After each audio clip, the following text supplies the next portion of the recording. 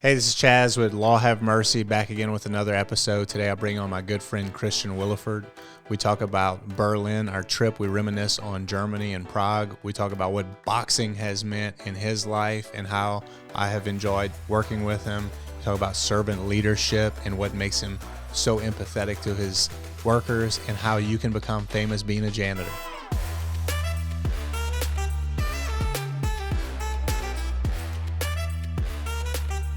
Christian, welcome to the podcast. What did you bring me right here, my man? Oh, man, thank you for having me. We have some Pouparts king cake, a traditional French king cake. You know what Pouparts is known for. Typical South Louisiana king cake beneath that. And then this looks pretty scrumptious here. This is the typical king cake here. And it is, what is the flavor? I think it's cinnamon. Cinnamon, cream cheese, and pecan. Well, there goes the diet. There goes the diet. Reason to keep working out. And what is this? That is a little decadent treat from that we discovered in Germany. So Christian and I, our wives allowed us to go to Germany and Prague together. That was in September, October. September. And I ran the Berlin Marathon, and I needed to have a companion there because my wife couldn't come because we have two kids in school.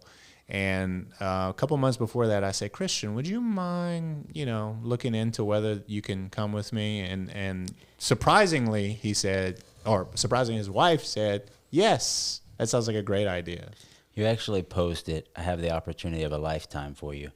And immediately my defenses went up, and I thought, who got Chaz to be a Tupperware salesman? What multi-level marketing scheme is the opportunity of my lifetime now? And then once you told me, I realized that you were correct. Yeah, it was an absolute blast. Christian is a good friend of mine, and we met about, I'd say 2 years ago at a networking, in a networking group. And Christian and I have been very good friends ever since. He has taught me how to box. He came with me to Germany to run the Berlin Marathon. We hang out a bunch. We become good friends. Our wives are friends. And so I asked him to come on the podcast because I really want to talk about all the cool stuff he has going on and his company, Apex Commercial Cleaning. So I'm excited, man. Where do we start? I want to well, here's where we Oh, actually, you know what? Let's cut this king cake up. And we'll try it. I think I'm going to try the traditional. How about that? Never had it. You never had it? So it'll be. You've had it? We can eat and podcast, multitask at one time. I don't think I've had it. The listeners are going to love the sound of y'all chewing. I know. Bear with us. Yeah. But so the elephant in the room is the mustache, right? Because I think that makes you readily identifiable. And I think some people have asked me in pictures like, what's up with the dude with the mustache? So, what's the story? 2 years ago, I shaved it to a mustache. You had a beard before? Had a beard for forever from high school, and decided I was going to keep it for a Mardi Gras ball. And it made me so distinguishable that I decided I was going to keep it after, with no end in sight, but just, we'll see how it goes. And now I look at a picture of myself with a beard, and I think, that looks like one of my brothers. Yeah. Doesn't even register that it's me. So it makes sense why all these people that have had mustaches since 1981 are the car had pulled up the picture of the beard. Yeah, it's like, and his lovely wife Amy. Yeah, looks like my brother, not like me. That's crazy. Or one of my brothers, any one of them. So but it's even been something that has made me identifiable with customers. So maybe there's somebody in a building or in an office that we clean that isn't our point of contact, doesn't really know me, and I go by and just a couple weeks ago in the end of 23, they had customer point of contact I was communicating with, and they said, oh yeah, they told me that y'all everything's, whatever it was, is taken care of. He said the guy with the mustache came by, so he knew everything was okay. I was like, well, there you go. The mustache lets you know everything's going to be okay. I'm so big into personal branding, and I mean, it kind of evolved that way, but I don't have anything. Well, I have big ears. So I guess that would be what my caricature would be. But it's cool to have like a caricature where, you know, people see you one time and they don't forget the mustache. Yeah, no, the mustache has definitely become a staple. I don't see it going anywhere anytime soon, as long as I have a steady hand when I shave. Yeah, well, I'm looking at this Bueno right here. So the backstory is we go to Germany and we come across this Bueno. I guess you bought it at some store or something. No? They gave it to us in the goodie bag of the breakfast run. Yeah, so we had a breakfast run the day before the marathon. We went and had a breakfast run, and we actually ended the run through Olympic Stadium, where the Olympics in 1932, where the famous Hitler Jesse Owens situation happened, Right. where Hitler turned his back on Jesse Owens. We got to run through that stadium. What an experience that was! Running through Berlin, people know that you can see there's people out on their balconies drinking coffee, watching, cheering you on, which I didn't realize was going to be a precursor to what the marathon was like, where it's like Mardi Gras, but the runners are the parade. Yeah, the runners are the that's floats. the best analogy for an actual marathon. You got 50,000 runners and you have hundreds of thousands of people in the streets cheering it on. Yeah. What a cool event. Oh, it was, thank you publicly for the opportunity to be there, because it was certainly something that I had never imagined that I'd get to experience, and would not have imagined that experience would be as amazing as it was. I started this thing where I don't do a ton of research before I go somewhere, because I kind of like to see it through my own eyes and not see it on the postcards and the pictures. And I did not expect Berlin to be that freaking cool. No, me neither. I thought you were about to call me out on me saying that I was a great trip planner prior to. No, you definitely kind of were talking big stuff about you having all these plans and everything else, and we just kind of showed up and did it. But it made it so much better that we didn't have anywhere to be at any particular time, outside of maybe we want to go to this museum, but we bought the tickets that day. Yeah, and we just went, and it really allowed us to kind of immerse ourselves in that culture and environment, and really experience Berlin and that German culture in a way that if we had been going from one thing to another, would have felt like tourists. Yeah. Where by the time we left Prague or Europe, there were people like, when y'all coming back? right. So Exactly. it really felt like we got to see what it would be like to be there. Yeah, I do. I have to give Beth's cousin Scott the daps on telling us about the Pergamon Museum, because that was a cool experience. That was the one thing that we had planned, and it lived up to the hype. Well, it's the Kurt Vonnegut quote that I asked you to send me the other day.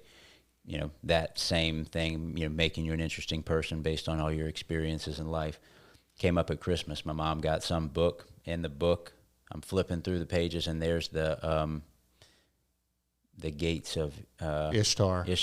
Yeah. The entry to the city of Babylon, and that we got to see the actual, recreation of, with the real tiles and stones for it. So much.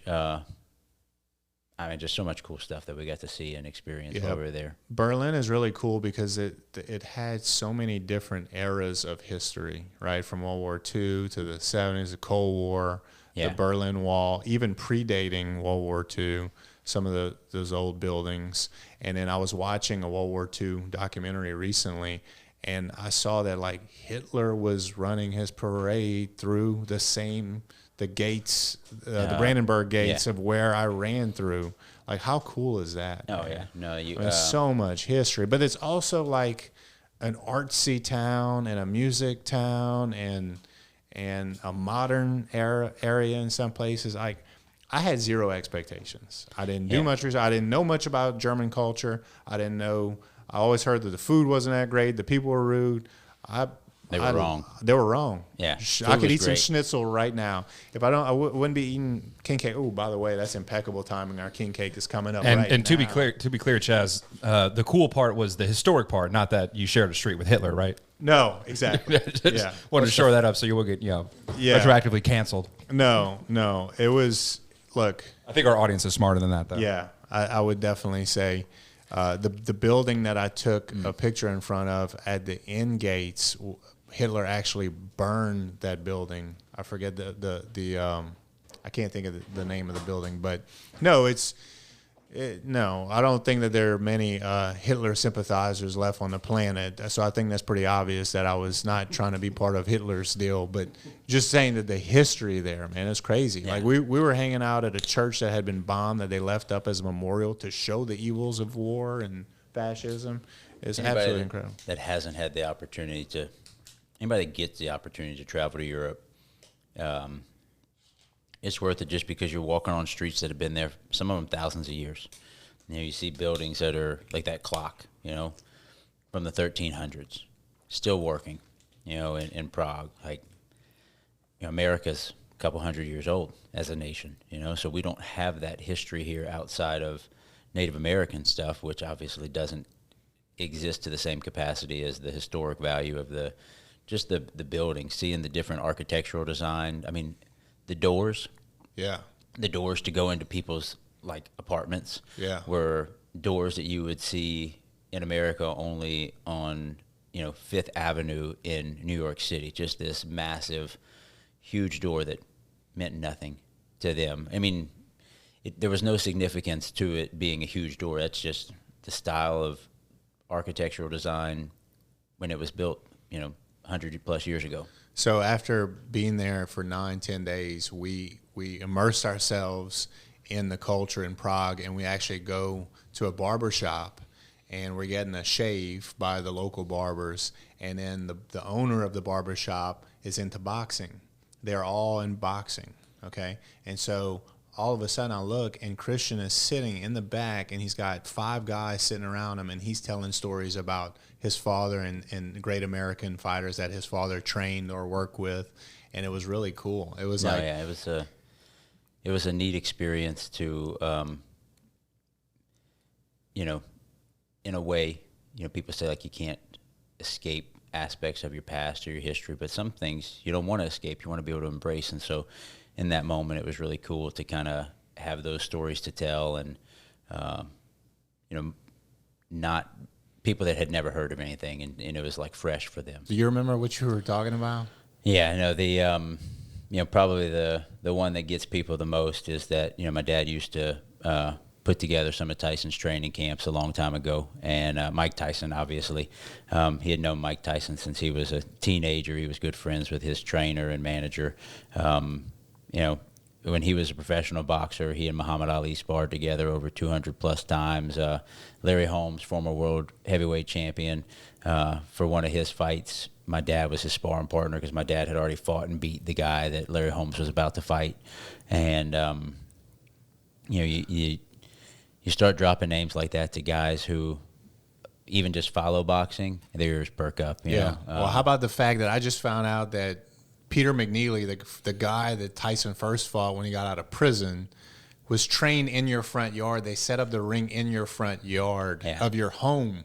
Correct. Yeah, that's wild. That's in the middle of Lafayette. The guy's fighting Mike Tyson, his first fight after prison, and you're just a kid, and you go in your front yard, and he's training there. Yeah, so my childhood certainly wasn't normal in that respect of all that kind of being around, but that's one of the reasons why they came to my dad for him to train him, because they knew he knew Mike Tyson, and they knew Mike Tyson in the sense of his style and how to train for him. And he had trained a guy named James Tillis, who was the first person to ever go the distance with Tyson when Tyson was knocking everybody out. Okay, scouting report, Mike Tyson, scouting report. Okay, number one, are you crazy trying to fight Mike Tyson? Right? I mean, what is he? But if you win...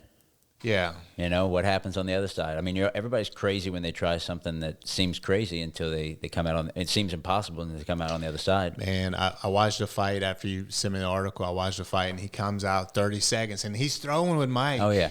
And but he's fighting Mike's fight. And then he just goes south really quick. Yeah. I mean, he came out there, and he tried to be Mike Tyson versus Mike Tyson. I don't know if he followed the game plan. I was too young to ask questions like that or to know. All I knew was that I'm sitting at home and I can see my dad on pay-per-view. So that was cool as a kid. You'd be like, Mom, what time are the fights on? You know, Yeah. and you go sit in the living room and watch the fights. And that's how you got to see Dad, because sometimes he'd be gone for a couple weeks at a time. I'm getting like Rocky 4 vibes when Rocky's son is at home watching him on Christmas Oh, yeah. Day. That's what it felt like. And then it felt like Rocky V in my childhood because, I could relate to it, being the kid at the gym, watching my dad train with people staying at our house and, eating dinner at our table. And so, most people don't care for Rocky V, but for me, it has more of a personal meaning. Right before our shave at the barbershop, you and I went on a little run. That's correct. I think we have some video footage of that. Do you want to tell the story of our run through Prague? Well, I don't think anyone has ever seen two men without their shirts on running on cobblestone before, by the way. And we thought it was a good idea. At least in Prague, yeah. At least in Prague. We didn't know that was going to be running through the doors. unexpected. Yeah, we didn't realize that was an unexpected thing for people to see. So we run, And we go, Yeah. and I have on. We don't have on our shirts. So we get to the top of where the castle in Prague is, and there's a group of tourists, and we still don't really know exactly what their reason was, why they wanted to take pictures, but one after another, until the point where one guy takes off his shirt as well. So it was quite. I think it's because quite a you're moment on the yoked trip. and you got a prominent mustache on the top of a castle after you've been running up cobblestone up. Yeah. Yeah, 10 flights of stairs. They thought Burt Reynolds was walking through their hometown. Whatever it was, I'm glad that it happened because it certainly made that'll be something I'll be in a nursing home with Alzheimer's telling that story. While I'm chewing my food, can you rate the king cake, the original traditional style king cake from Poop Arts, scale of 1 to 10? Honestly, what my expectation was at first versus the actual taste of it, I got to give it a 10. Really?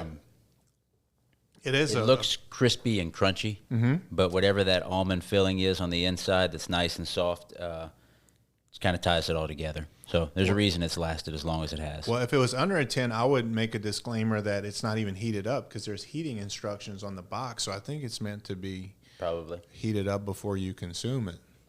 Well, So that would it's be a 10 delicious. plus plus plus. Yeah. Probably. No, I mean, and I don't eat a lot of bread, so I'm good. Yeah. That's just an added benefit having the bread there. But no, it's delicious. I normally eat a little bit of king cake with my icing, Yeah. so it's a nice change of pace. I love it. Can you, we talked about boxing a little bit. All right. So tell me your history with boxing. And that's really how we became friends. And that's not how we met, but that's how we Right. became a lot closer. So my dad moved here in the late 70s when he, in the early 80s, he started a boxing gym.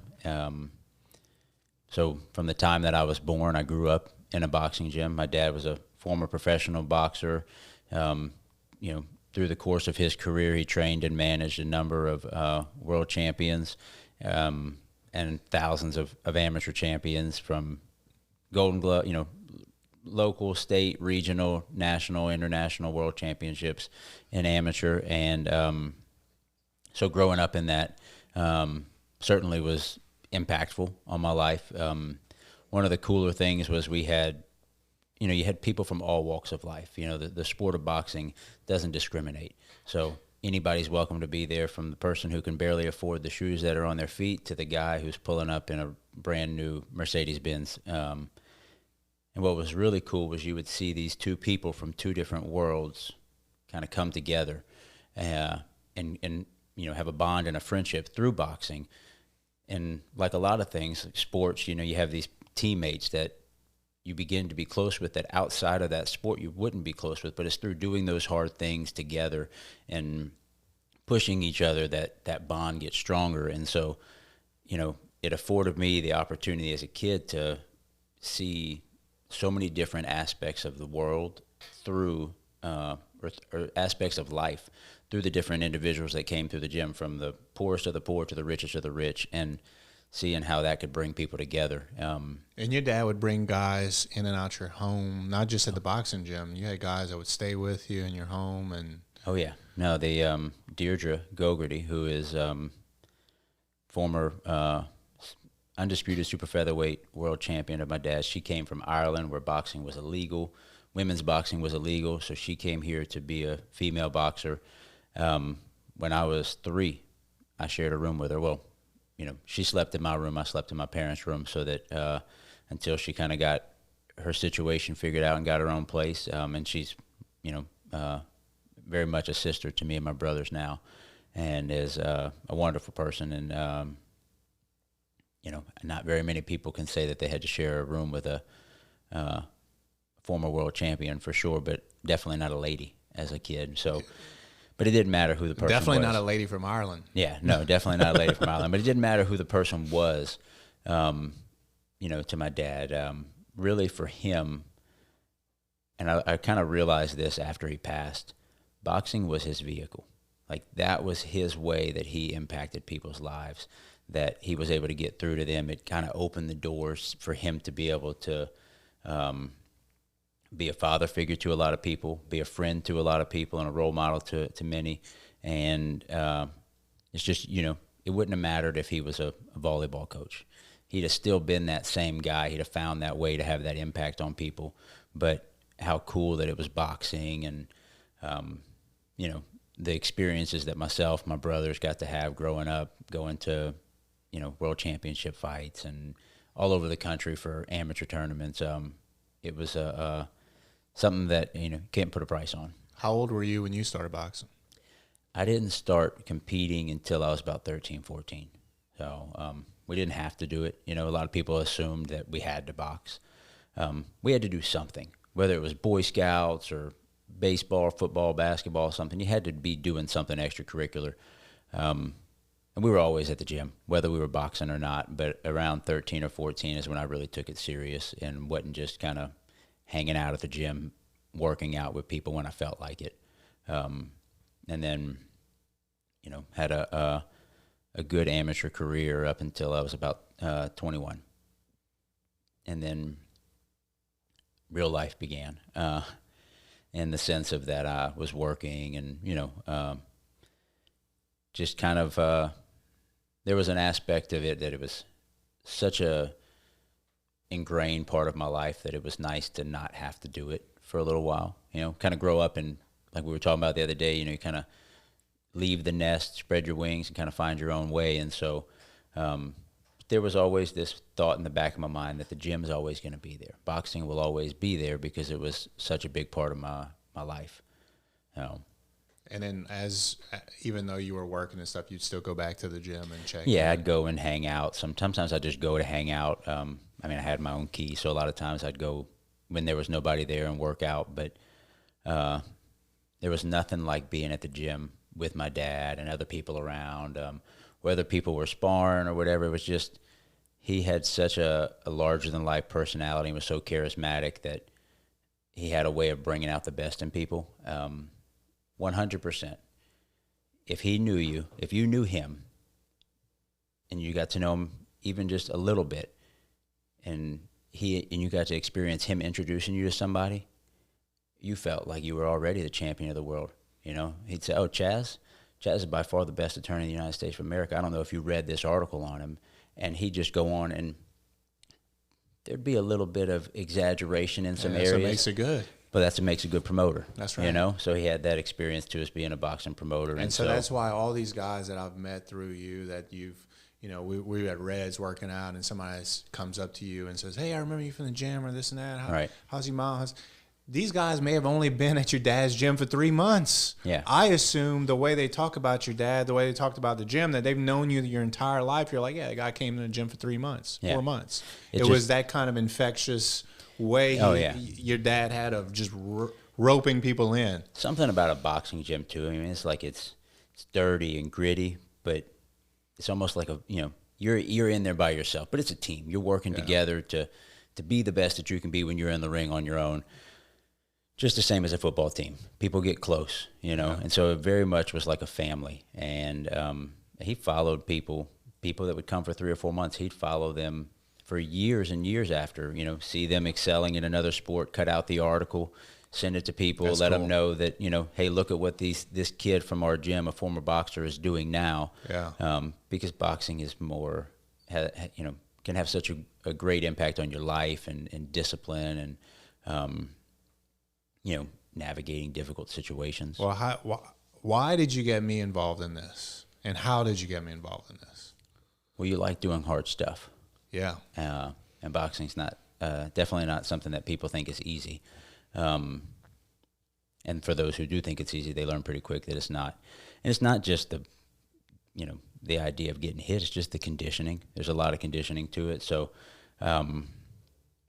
you mentioned that you were interested. And so one day you said, come to Reds, because, of course, now my dad's gym is closed, and they have a nice little boxing area at Reds. And so here we are now, I don't know, a little over 2 years later, roughly, something like that. Yeah. Yeah, a little over 2 years later of working out, training boxing for a couple of days every week. I was fortunate to have a substantial amount of additional equipment from my dad's gym, some of it brand new. So day one is, here you go, Chaz. Yeah. So Christian and I were supposed to meet for coffee or just to get to know each other a little bit better through the networking group BNI. And I go to Red. He says, well, come meet me at Reds. We'll get a little workout in. And I didn't know what to expect. I thought this would be a one-time thing. And I show up, and he has brand new wraps and brand new boxing gloves and gives them to me and says, I'm going to teach you to box. And I'm like, okay, now I guess I'm going to learn how to box. And now there's some accountability, and I'm not going to let this guy show me up. Yeah, well. So I'm going to have to keep on showing up. Got my membership, and then the rest is history. 3 days a week. And being friends with someone else who has a competitive drive helps. Yeah. Helps to hold you accountable, and you want to try to keep up that pace. So after, but I didn't know this. Like just looking, and now that we've become friends, and I've been boxing with you, looking back from 21 to 32, you had pretty much paused that boxing part of your life. Yeah. I mean, and look, you were developing your business, getting married, doing all those things, but now you've kind of circled back. And is there a certain reason why you've come back to it, or? The ugliest part of the story is I had gotten really out of shape. And it was something that I knew that I could use to get myself back in shape. And it just, naturally I'm going to be drawn to the boxing area at the gym. And so was doing that. And then just kind of, it was like it reemerged, like it reawakened it in me that, I really did love this. For years, if someone asked me, I would say, oh man, I just boxed because my dad had a gym, and I wanted to have a close relationship with him. And if you wanted to hang out with dad, you went to the gym. That's just how our childhood was. Also meant that you got to go and travel and do all kinds of other cool stuff and meet a lot of cool people. But, it was, it just kind of like it reignited it for me. And so I was really having fun with it. And there was no pressure. There was nothing to train for or to go to. It was just really enjoying it, enjoying the workout, and, feeling good about doing something, getting in there and getting a hard workout done makes everything else in the day seem a little easier after. Yeah. It's almost like you guys, an analogy would be like y'all owned a restaurant, right? And so you get burned out cooking, right? And then many years later, you come and say, man, I do enjoy cooking, but I don't have the pressure of running a business. Yeah. And, running a gym, a boxing gym, is certainly not for the faint of heart. We know some people that have gyms here locally, some like Derek, who was on here. Man, it takes the right person with the right heart. They've got to be passionate about it, especially if they're dealing with kids. Their heart has to be in the right place. And it's not the most financially lucrative because a lot of the people that you're trying to touch don't have means. Right. No, I mean, there's a lot of times in the past where people have, not, they'll say things like boxing is the poor man's sport or something, because what do you really need? Nothing. Like, I mean, you just need hand wraps, Right. And gloves. And a lot of gyms have that. So, and you don't have to wear hand wraps. You should, but you don't have to, So, I mean, you look at like the Cinderella Man, the movie, James Braddock. I mean, he was in poverty during the Great Depression and was able to come out of it through boxing, and which is a marvelous story and great movie. But Rocky was broke too. Yeah, Rocky was broke too. And then he was broke again later. He was broke again because Paulie spent all the money. Yeah, Paulie made some great decisions with his finances. But then he did have a restaurant, ironically later, tying things back in. No, so no, man, just growing up in a boxing gym was an amazing experience, and a lot of being in there and hitting the bag and working out now just kind of brings me back to those moments, So it's a great way to. If my dad was still here, I probably wouldn't have the desire to do it to the degree that we are, but because he's not, it's kind of a way of his memory and legacy continuing on. Absolutely. That's a beautiful thing, man. So what do you think boxing does for you in preparing you to be an entrepreneur or be a better entrepreneur? Well, it's hard, like the training for it is hard. So you have to be committed. You have to be disciplined. You got to, there are things that you do that don't seem like they're relative to boxing, running to increase your stamina, the speed bag for your shoulder strength, and jump rope. Again, stamina, footwork, movement, speed of your feet, and being able to move. And so there are a lot of things that translates into business. People think a cleaning business, all you're doing is clean. It's like, no, I've got to understand how to be a better leader. I have to understand how to manage people, how to manage supplies, finances of a business, relationships with people. So there's a lot of other things that owning a business you have to learn about, So there's a lot of times where you're reading a book that has nothing to do with the industry you're in. It's just a matter of how can I be a better person? Because, if I'm the leader, I need everything else. I need to be the best me so that everything else can be the best from there. So for boxing, for sure, it's boxing certainly teaches humility. Ooh, yeah. And you need to be a humble leader, right, as an entrepreneur. There's a phrase that I really can relate to, and it's being a servant leader. Like I'm your, maybe I'm the leader, but I'm here. How can I best serve you? And by and that's not just for customers, that's for employees. How can I best serve you? And from that, you hope to gain the best out of that person, which certainly should personally impact them in a positive way, but naturally it's going to impact the business in a positive way. So, you want to take care of people as a leader, and being a servant leader and having that servant leader heart. I went when I was asked that question, I echo everything you said, but I also came up with an actual practical boxing analogy. I said, sometimes you realize you got to let your opponent wear themselves out and just sidestep and then smack them. Oh, yeah. Right? Because you learn that in boxing to use your energy wisely because you're huffing and puffing. Some people learn it. I just always kept coming forward. But to some degree, that certainly benefited me because as they're getting tired, I just keep coming. And, that certainly translates to business. It's like, look, everybody else is getting tired.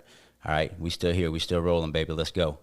Like we're building train tracks. This train is getting ready to be set in motion and keep going. We're not just walking down the sidewalk. We're trying to build something bigger than and that's probably served you well during COVID, whenever you had all kinds of issues with workplace and offices and access in buildings, an ice storm, a hurricane, all those things. We're constantly getting them. No, you're there's so much of it as you grow in any business, but it's certainly a service business that is logistics related.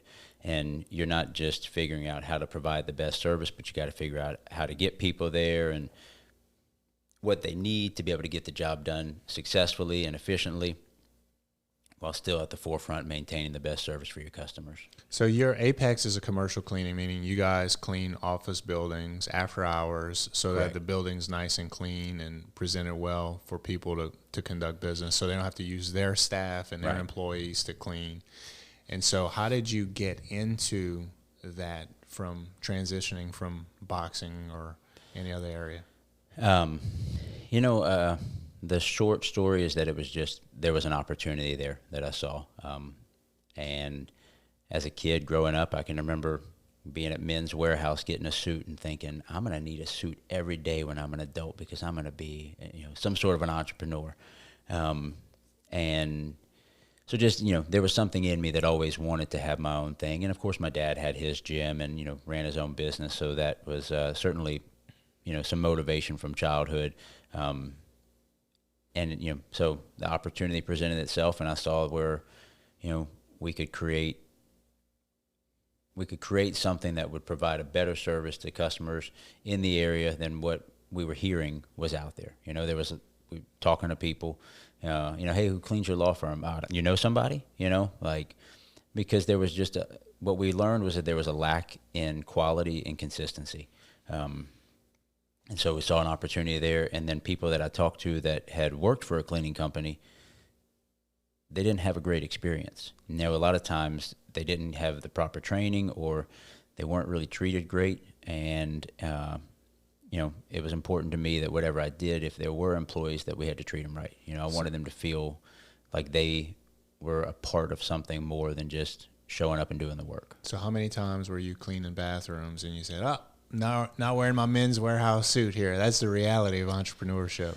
It is. And the additional reality of entrepreneurship is that there were a few times where I went to a building and I was in a men's warehouse suit, and I stayed after and went over there and helped do something, and so. Put your yellow gloves on top of the suit. Yeah, that's it. Take the jacket off. Take it to the cleaners the next day, just in case. But, that's in any business, to some degree, you got to roll your sleeves up. I worked in a nursing home for a number of years, and there were it was a private pay nursing facility, so there were a lot of very successful individuals there that had, put themselves in a position to be able to afford that. And so a lot of these older men and women, I learned a lot of great lessons from them, and that's one of them.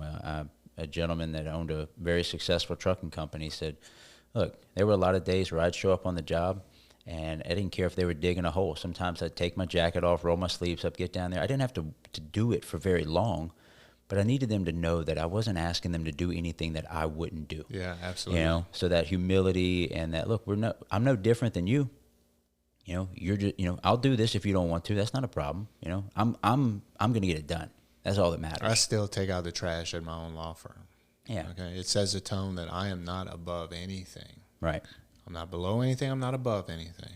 Well, there are certain services that we don't do because I wouldn't do them. Right. At least at this point, maybe one day. But for now, we're not doing any tall building window cleaning where you're having to rappel down, because I got no interest in that. Yeah. And I don't want to ask somebody to do something that I won't do. So you started scaling up, right? And so you started handling multiple buildings because you are such a great networker. I met you at a networking event. I know you're involved in a lot of groups, and I know that comes from both of your parents and your ability to network and your ability to get along so well with people. And we talked about the boxing gym. When you started scaling up, what was that like for you to hire more employees? Because I know you care deeply for your employees. I mean, the true answer is that it was scary, because I know if I'm doing everything, I know I'm going to do it right the first time, and I'm not going to have to worry. And that's not to say that other people can't do it right, but I'd be lying if I didn't say it was scary. Starting your own business is scary enough when you start to hire people, and then you're trusting them to maintain those core values and that quality of service. You don't know until you know, and it was scary, but we were very fortunate that, I guess, by being genuine, we attracted the right people, and so it made it easier to scale and grow, because we had the right people doing a good job that we could trust. They were reliable. They were team players. They had great attitudes, and they wanted to come in every day and do the best that they could. And so that, of course, the customers saw that, and that allowed us to continue to grow and build a positive reputation in the community. Well, so on the surface, it seems like it's maybe not the most glamorous work, cleaning buildings, cleaning offices, whatever, but in knowing you, and I've got to learn the stories of some of your team members, this could be a career for some, but oftentimes it's a springboard for some people. It helps close gaps. It helps put food on their table. It helps them save for a vacation. Can you talk a little bit about that? Oh yeah, I mean, it's different stories that bring people to us. Right now, one of the things that I've heard from a few people is like, "Hey man, have you gone to the grocery store lately?" Like things are just expensive. Like having the extra income is not going to hurt my family. We have a lot of women, where it's a second job. Maybe they're a single mom and their kid's a teenager, so he can kind of take care of himself, or grandma's nearby, and so they need the extra income. But surprisingly, we have a lot of men too and oftentimes those men are working a second job so that mom can stay home with the kids and doesn't have to work.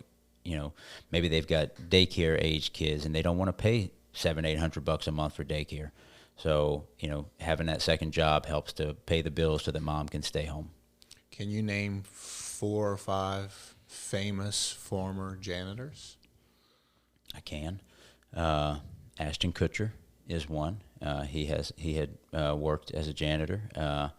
Stephen King is also one. He was a high school janitor. Jim Carrey was also a janitor for a period of his life. Steve Harvey actually had a carpet cleaning business for a little while before he made his comedy big break. And now, if you ask Cat Williams, he was probably never a janitor, right? He probably made it was probably made Cat all Williams that was a janitor. Yeah, Cat Williams was probably a janitor. Yeah. Hey, look, Cat, if you're looking for a job, let me know. If you're trying to, I don't know how your career is going after that Shay Shay podcast. Oh, he's selling out arenas now after that. Yeah. Oh well, if he wants to moonlight, he can let me know. But probably the most influential, maybe not the most well known, as it relates to some of these Hollywood actors and directors, would be Tony Robbins. And influential in that the amount of lives that he's been able to impact. So, and actually, I would say probably my favorite famous janitor is a guy, and I can't remember his name right off the top of my head right now, but they made a movie about him on Disney Plus. It came out last year. He's the person who invented hot Cheetos, and he ended up becoming an executive with Frito-Lay, and of course Disney Plus made a movie about him. And of course, I watched it, and I very much enjoyed it. It was a very nice, fun movie. I thought it was well done, but it was cool to see the janitor in a different light. The person that's responsible for cleaning the building. And you never know what somebody's potential is. Just because they're cleaning the building doesn't mean that they don't have ideas and aspirations to be something more. We have people that work for us as a second job, that social workers, people that work in the legal field, people that work in, administrative assistant roles. And for whatever reason, they need a second job. Sometimes people don't like being home and being bored. They just want to be busy, and they figure if I'm going to be doing something, might as well make money. My mom would clean an office every once in a while. Yeah. I don't know what the routine was, but it was just extra spending cash. Right. And for some people, that's really what it is. You said earlier, vacations. We have a few employees that this is why they work here, so that they can take trips. They want to be able to go places and do things. They're happy with the job they have, but they know that, they need to do something extra to be able to afford to go on a 10-day cruise. I think your interview process is really clever and innovative. You want to talk about that? Yeah. So we do, best way to describe it is a reverse group interview. So typically a group interview is you're being interviewed by a panel of individuals that work for the company, whereas we do it, one person is interviewing a group of people. It allows us to kind of cast a wide net. It's certainly more efficient than scheduling 10 people to come in back to back to back all in one day. So we have the opportunity to get to see how they interact with other people, how they are in a group setting, ask questions, nothing super personal. We're in a group setting. We're not going to make anybody uncomfortable. Of course, we already have their application and resume, so we know a little bit about them. So it kind of gives us a little bit of a feel for who they are and how they interact with people, because that's a big part. Yeah, but that's all fine and dandy. But where is it? Oh, yeah. Come on. So we do the group interviews at Dino's on Bertrand. Let's go. Yeah, I pay good money to go to Dino's, man. Good pizza, free pizza if you're coming for a group interview. But the goal there is it's a little bit more relaxing, because while somebody else is getting a question, you can eat pizza, And good pizza. And good pizza. And we're in South Louisiana. So where else do people connect better than over food in South Louisiana? That's right. So we do them at Dino's, we do the group interviews, and then from there, all the information that we gather is brought back to other people on the hiring team, take all that information, compare it with the resumes and applications that we've received. They then make the determination as to who they're going to call for the second interview. And then after the second interview, they decide who we're going to hire. They come in to do their orientation and begin training. And our training process is a little bit different too. So I just think it's great. Like, people are going to give up their Monday night or whatever night you have, and you bring them out there to they may not make it. They may not be a good team member, but at least they get dinner and a drink on you in a relaxed setting. And I just think that's so cool. And it certainly allows for people to see that we're not normal in that respect. We're not just, come sit down across from me and feel uncomfortable while I'm on the other side of this desk. We want to be relatable. We're just like y'all. Christian, as we wrap up, who is your ideal customer? Who should be contacting you for services? So, we clean offices of any size in Lafayette Parish, and but really what our focus has become over the last couple of years is multi-tenant property. So buildings with property managers where there's, from a 1-story building to a 10-story building, or large firms, law firms, CPA firms, medical office buildings, engineering firms, yeah. People that don't want to have to take out their trash before they leave. They don't want to have to restock the toilet paper. They don't want to have to clean the conference room table before they have a meeting. They want people who they come in, they're able to do what their job is for that company, because that company exists to produce a product or a service and generate revenue. Not clean the bathrooms. Yeah. So where can people find you? They can find me on our website, apexcleaningla.com, Facebook, Apex Commercial Cleaning, or Instagram, Apex Com Cleaning. You on the gram, baby. I'm on the gram. You on the gram. Finally got you on the gram. That's it. All right. Thanks, Christian. Thank you, sir. Appreciate it, man. Hey, it would mean the world to me if you subscribe to the podcast and leave us a 5-star review. It helps keep the show free, and it helps us book better guests to provide more valuable content to you. None of the opinions expressed by my guests are that of my own, and nothing we talked about creates an attorney-client relationship or could be construed as legal advice. Hope you enjoy the show. This podcast is powered by Acadiana Cast Network. Go to acadianacast.com for more South Louisiana sourced content.